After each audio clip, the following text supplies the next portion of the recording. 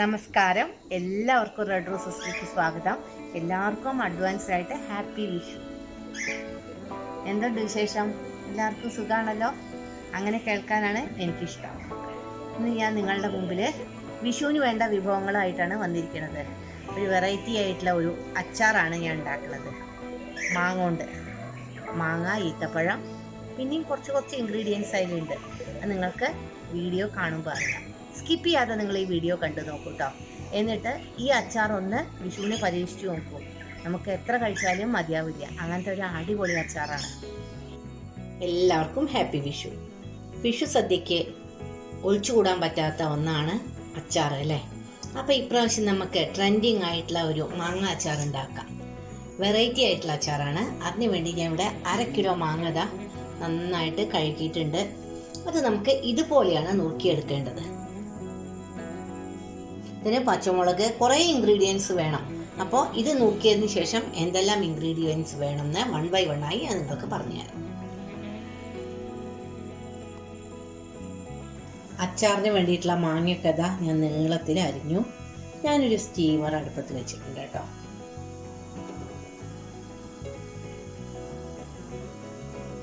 അതിലേക്ക് ഈ മാങ്ങ ഒന്നാണ്ട് ഇട്ട് കൊടുക്കാം. നമുക്ക് മാങ്ങ സ്റ്റീം ചെയ്തെടുക്കാൻ വേണ്ടി.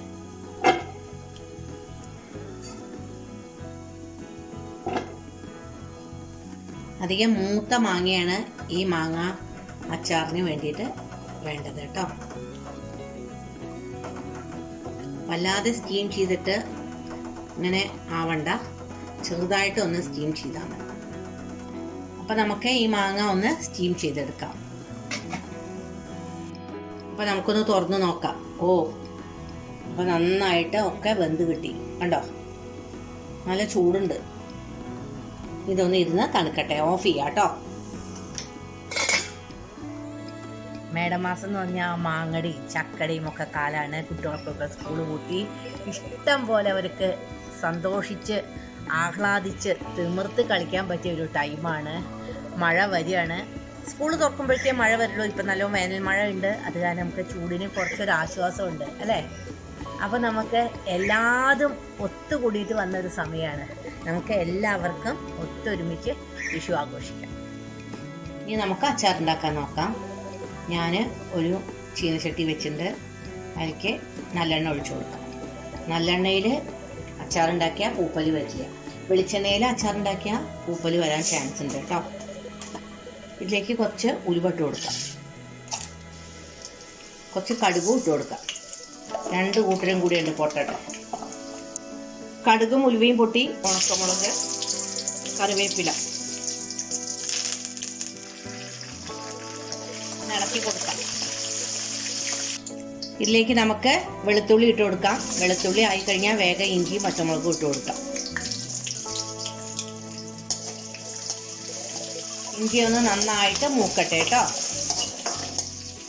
ഇതിലേക്ക് ഈ പച്ചമുളകും ഇഞ്ചിയാണ്ട് ഇട്ട് കൊടുക്കാം. നന്നായിട്ട് മൂക്കട്ടെ. അപ്പോൾ ഇതൊക്കെ നന്നായിട്ട് ഫ്രൈ ആയി. ഇഞ്ചി, പച്ചമുളക്, കറിവേപ്പില എല്ലാതും, വെളുത്തുള്ളിയൊക്കെ. ഇതിലേക്ക് നമുക്ക് പൊടികൾ ചേർക്കാം കേട്ടോ. ആദ്യം മഞ്ഞൾപ്പൊടി ചേർക്കാം. മുളക് പൊടി ഏറ്റവും ലാസ്റ്റ് ചേർക്കണ്ടു. 1/2 കിലോ മാങ്ങയല്ലേ, അപ്പോൾ ഒരു 3/4 ടീസ്പൂൺ മഞ്ഞൾപ്പൊടി. ഉലുവ ഞാൻ പൊടിച്ച് വെച്ചിട്ടുണ്ട്. ഇതൊരു 1/2 ടീസ്പൂൺ ഉലുവ ഉണ്ട് കേട്ടോ. അത്രേ ആവശ്യമുള്ളൂ. ഇതൊന്ന് മൂപ്പിച്ചെടുക്കാം. ഇനി ഇതിലേക്ക് നമുക്ക് വേണ്ട കായം ചേർക്കാം. കായം ഒരു 3/4 ടീസ്പൂൺ വേണം. ശരിക്ക് ഈ കായത്തിനേക്കാളും നല്ലത് നമ്മുടെ കട്ടിയായിട്ടുള്ള കായാണ് കേട്ടോ.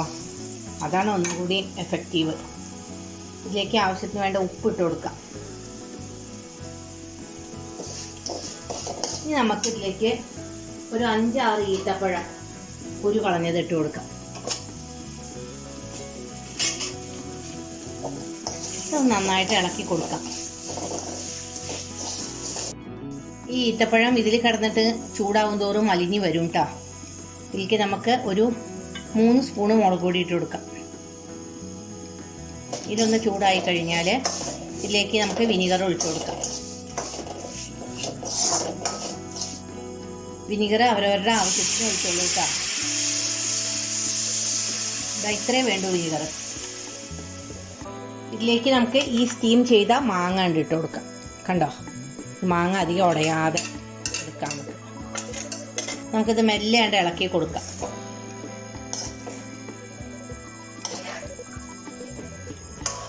കണ്ടോ, അത് ഉടയൊന്നുമില്ല. ഇതിലേക്ക് നമുക്ക് ഒരു ശർക്കര ഞാൻ പാവ് കാച്ചിയതാ, അതാണ്ട് ഒഴിച്ചു കൊടുക്കാം. അപ്പോൾ എല്ലാതും ഇതിലാണ്ട് പിടിക്കും. കണ്ടോ, ഇതിലൊന്നും ഇല്ല, കല്ലൊന്നുമില്ല, ഞാൻ അരിച്ചതാണേ. ഇനി നമുക്ക് ഇതെല്ലാം കൂടി ഒന്ന് മിക്സ് ചെയ്യാം. എല്ലാതും ഇതിൽ പിടിച്ചിട്ട് 2-3 ദിവസം ഇരിക്കുമ്പോഴേക്കും ഈ ഈത്തപ്പഴമൊക്കെ നന്നായിട്ട് അലിഞ്ഞ് കിട്ടും. ഇതിൻ്റെ ടേസ്റ്റ് ഒന്ന് നോക്കാം, ഉപ്പ് മതിയോന്ന്. എന്തൊരു ടേസ്റ്റാണെന്നറിയോ, ഉപ്പും മധുരവും ചെറിയ ഒരു പുളിയും സുർക്കയുടേതും എല്ലാം കൂടിയിട്ട് ഭയങ്കര ടേസ്റ്റ്. അപ്പോൾ ഇത് നമുക്ക് വിഷുവിനൊന്ന് ഉണ്ടാക്കാൻ പറ്റിയ ഒരു നല്ല അച്ചാറാണ്. എല്ലാവരും ഇതൊന്ന് ട്രൈ ചെയ്തോളൂ കേട്ടോ. ഇനി നമുക്കിതൊന്ന് ഓഫ് ചെയ്യാം. കുറച്ച് നേരം ഇരുന്നാൽ തന്നെ നമുക്ക് ഇത് ഇപ്പോൾ തന്നെ ഉപയോഗിക്കാൻ പറ്റുന്നുള്ള പോലെയാണ്. അത്രയ്ക്ക് നല്ല ടേസ്റ്റ് ഉണ്ട്. 2-3 ദിവസം ഇത് പുറത്തിരിക്കുമ്പോഴേക്കും, ഈ 2-3 ദിവസം നമ്മളിത് പുറത്ത് വയ്ക്കുമ്പോഴേക്കും ഈത്തപ്പഴമൊക്കെ നന്നായിട്ട് അലിഞ്ഞ് ഇതിൽ ചേരും. അപ്പോൾ ഈ അച്ചാറിന് ഭയങ്കര ടേസ്റ്റ് ആവും. നമ്മൾ വിഷുവിന് ഒരു 3-4 ദിവസം മുന്നേ ഇതുണ്ടാക്കിയാൽ നമുക്ക് ഉപയോഗിക്കാൻ പറ്റും. ഇത് ഞാൻ വേഗം അപ്ലോഡ് ചെയ്യാം, അപ്പോൾ നിങ്ങൾക്ക് ഇത് കണ്ടിട്ട് ഉണ്ടാക്കാം. എല്ലാവർക്കും ഇഷ്ടപ്പെടും എന്തായാലും, അത് ഞാൻ ഉറപ്പാണ്. നിങ്ങൾക്ക് എൻ്റെ വീഡിയോ ഇഷ്ടപ്പെടുകയാണെങ്കിൽ നിങ്ങളെ എന്നെ സപ്പോർട്ട് ചെയ്യണം. ഇനി നമുക്ക് പുതിയ വീഡിയോ ആയിട്ട് അടുത്ത് തന്നെ കാണാം. എല്ലാവർക്കും നല്ലത് വരട്ടെ. ഒരു കാര്യം എനിക്ക് പ്രത്യേകം പറയാണ്ട്, ഇത് എപ്പോഴും ഒരു ഗ്ലാസ് ജാറിൽ വെക്കണം. ഈ അച്ചാറുകളൊക്കെ പ്ലാസ്റ്റിക് കുപ്പിയിൽ വെക്കരുത്, അത് നമുക്ക് ശരീരത്തിന് കേടാണ്. നമുക്ക് ഗ്ലാസ് ജാറിലാണ് ഇത് വെക്കുക വളരെ നല്ലത്. അത് കഴുകി വെയിലത്ത് വെച്ച് ഉണക്കിയതിന് ശേഷം മാത്രം അച്ചാർ ഒരു ബോട്ടിലാക്കുക, ഇല്ലെങ്കിൽ പൂപ്പൽ വരാൻ ചാൻസ് ഉണ്ട്. 2 ദിവസം പുറത്ത് വെച്ച് കഴിഞ്ഞാൽ പിന്നെ അത് ഫ്രിഡ്ജിലേക്ക് വെക്കുകയാണ് നല്ലത്. നമ്മുടെ അച്ചാർ ഇവിടെ കണ്ടോ സെറ്റായി. നമുക്കിത് ഇങ്ങനെ ഉള്ള ഒരു ഗ്ലാസ് ജാറിലേക്ക് ഇട്ട് കൊടുക്കാം.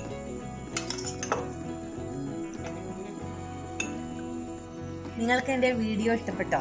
നിങ്ങൾക്ക് എൻ്റെ വീഡിയോ ഇഷ്ടപ്പെടുകയാണെങ്കിൽ നിങ്ങൾ എന്നെ പ്രോത്സാഹിപ്പിക്കണം. ഇനിയും നല്ല നല്ല വിഭവങ്ങൾ വരാനിരിക്കുന്നുണ്ട്. അപ്പോൾ നമുക്ക് പുതിയ വിഭവമായിട്ട് ഇനിയും എത്രയും പെട്ടെന്ന് ഞാൻ നിങ്ങളുടെ മുമ്പിലേക്ക് വരും.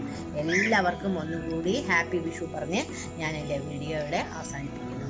എല്ലാവർക്കും നല്ലത് വരട്ടെ. ശുഭദിനാശംസകൾ.